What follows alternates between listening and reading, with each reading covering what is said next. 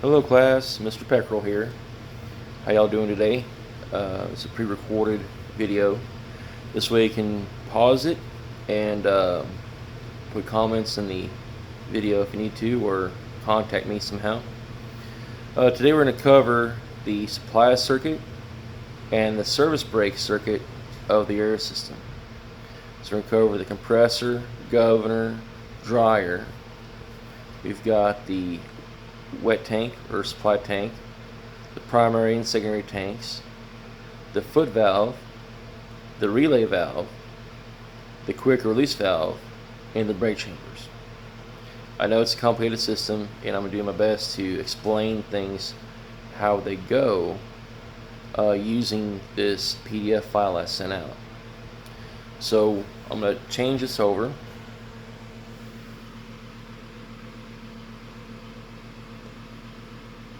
Well, somehow I'm gonna do this.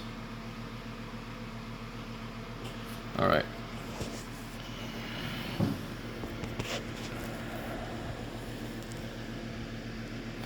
So I've got here is this PDF file. So what we're gonna do is I'm gonna take over here,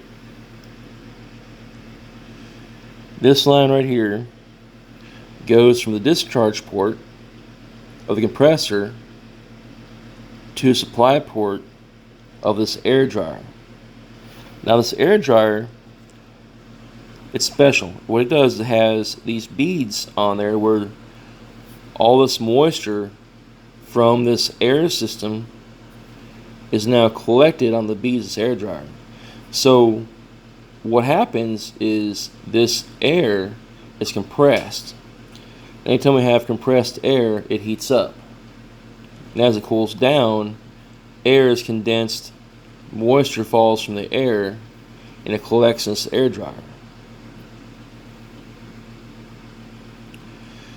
Second thing we've got is this line from the air dryer goes to supply tank. It's also known as the wet tank, and we're going to continue calling it the wet tank in this class, just to keep things consistent. So as air goes from the compressor, discharge port, supplies go in, deliveries go out. And this is going to go down to the one-way check valve of this wet tank. So say something happens where a ninja squirrel chews my airline off, this one-way check valve will prevent air from going from the wet tank outside. Air is stopped right there inside the tank. Okay?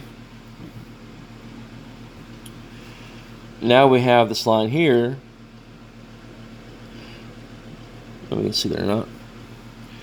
The wet tank controls the governor. Now the governor, it governs the compressor. Okay, so this is our sensing line right here. Goes from the tank itself to the reservoir port on the governor.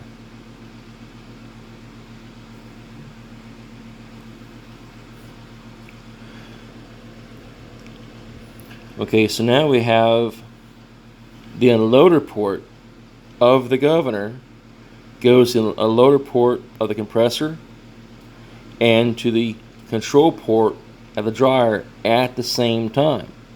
So what happens with this, in the video it shows how the pistons hold the inlet pistons down of the compressor free spins. As this free spins, this control port, what it does is this will open the purge valve.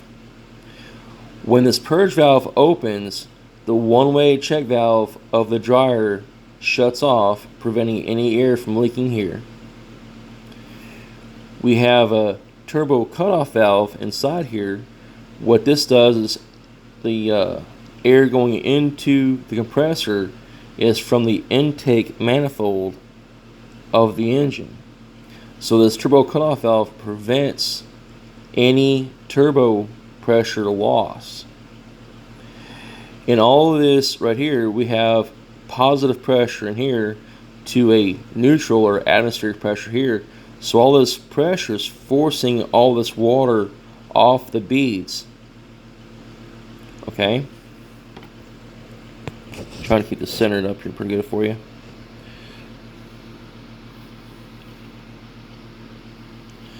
Now we have our primary circuit.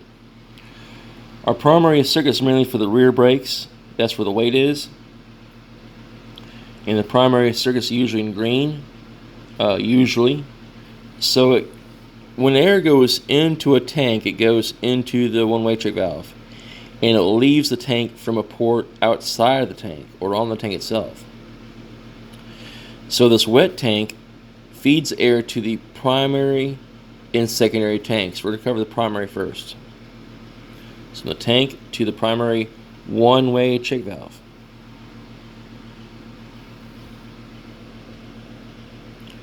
Now what we're going to do is we're going to go from the primary tank to the primary or top part of the foot pedal, and a larger hose going to this relay valve.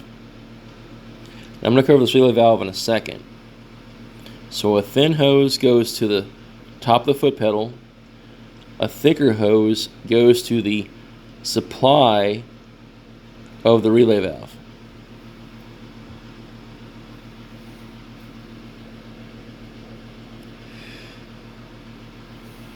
And from the top part of the foot pedal, it goes to this signal or control of the relay valve. So what I'm going to do is I'm going to talk about pressure and volume. Pressure is a force. It's rated usually in standard version as pounds per square inch. So if we have 1 pound per square inch, that's equal to having 1 pound of force on that 1 square inch area. So if we have an area of 10 square inches, we can have a force of 10 pounds even though we only have 1 pound per square inch. So if we have an area of 10 square inches with 100 psi, that's 1,000 pounds of force. Okay, so that's pressure. Volume is the amount of space that air can occupy. So, say I'm going to pick on Tech A, Tech B. Tech A, he wants to water his yard. So what he does is he's in a hurry. So he gets a pressure washer. A pressure washer has 1,200 to 2,000 psi pressure. Okay? But Tech B, he's in a hurry. He has a fire truck. That hose is a lot larger, so he can actually put more water at a lower pressure because he has more volume or more flow. Okay? So we have larger hoses in the back of the truck than in the front of the truck because this valve is about a good 20 feet of hose from here to here. Unless the schematic is not really to scale, but that's where we're at right now. So this foot pedal is kind of unique in its own system.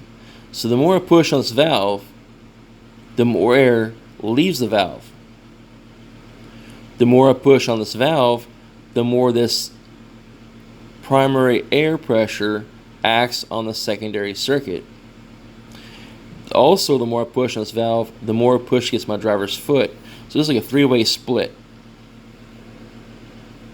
Okay.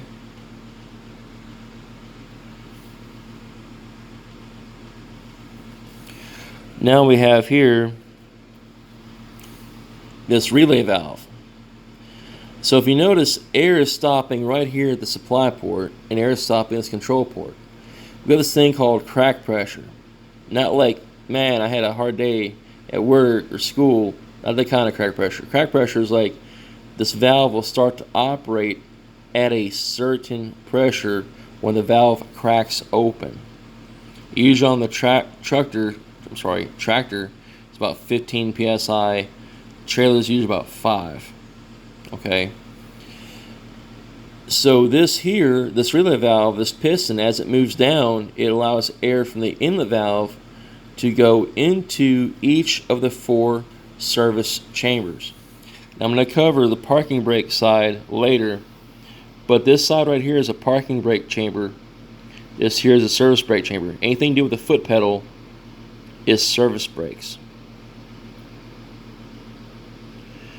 So this valve distributes air equally on all of its ports. So all these chambers get the same amount of volume, the same amount of pressure. And when air enters this is like a balloon, this diaphragm will cause this push rod to move out, activating the brakes.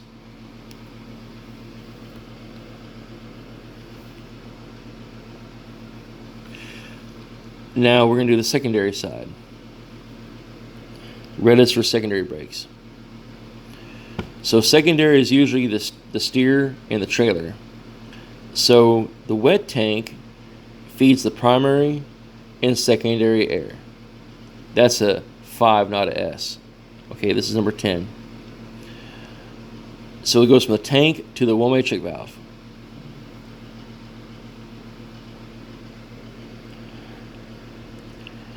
And then from the one-way check valve fills the tank, and from the tank it goes to the bottom part of the foot pedal.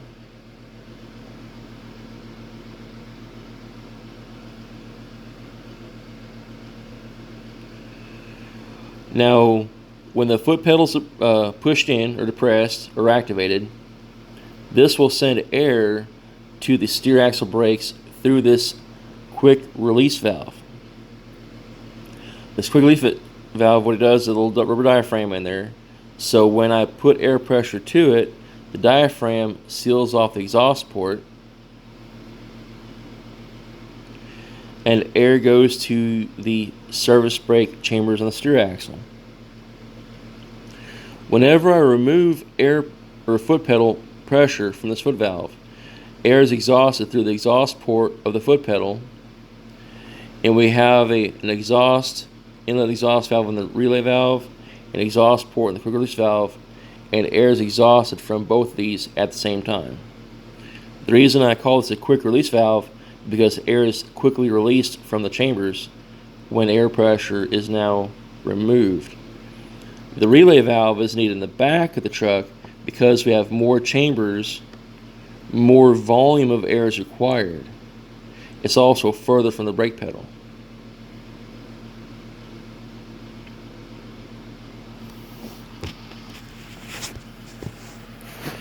So I hope you understand more on the air brake system. This is Mr. Peckrell. Thank you for watching.